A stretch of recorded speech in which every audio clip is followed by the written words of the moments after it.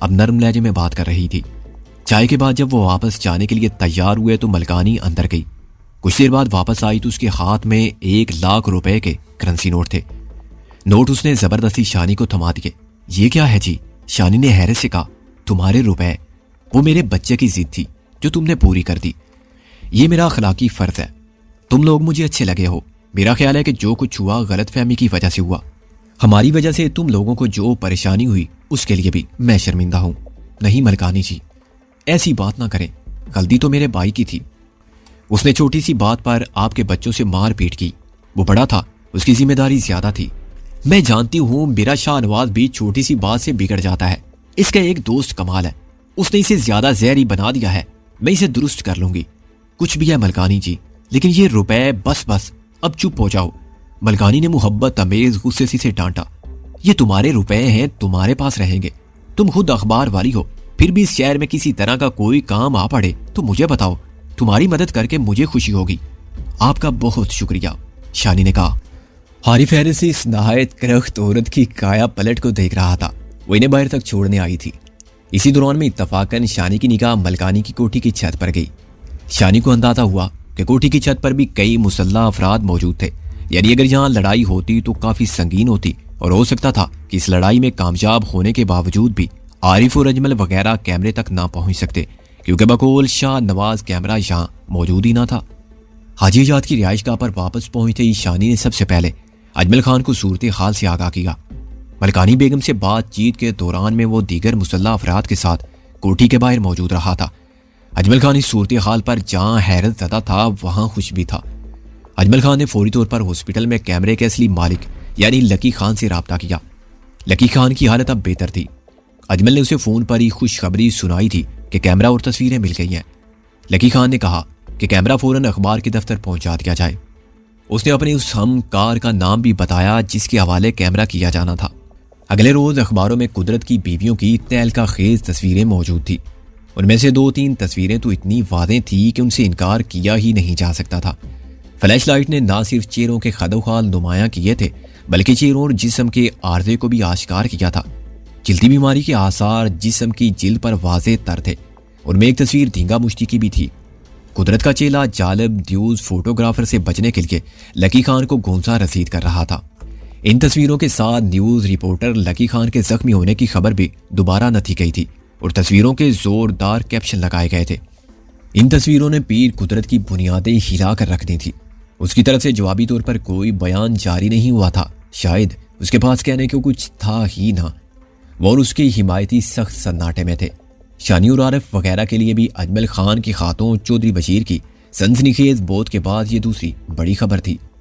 اگلے روز کے اخباروں میں پھر قدرت کے خلاف خبروں کی بھرمار تھی۔ قدرت اور اس کے چیلوں کے اڈے کئی شہروں میں پھیلے ہوئے تھے۔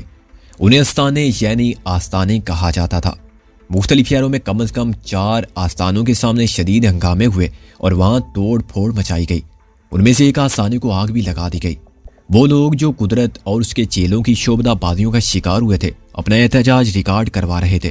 ایسے ہی کسی دل جلے نے بے رحمی حیوانات ایکٹ کے تحت قدرت پر کیس کرنے کا اعلان کیا۔ تیسرے روز کے اخبارات میں پیر قدرت سے منسوب ایک چھوٹا سا بیان شائع ہوا جس میں اس نے ان تصویروں کو جعلی قرار دیا۔ یہ آواز اور یہ دلیل بڑی کمزور تھی۔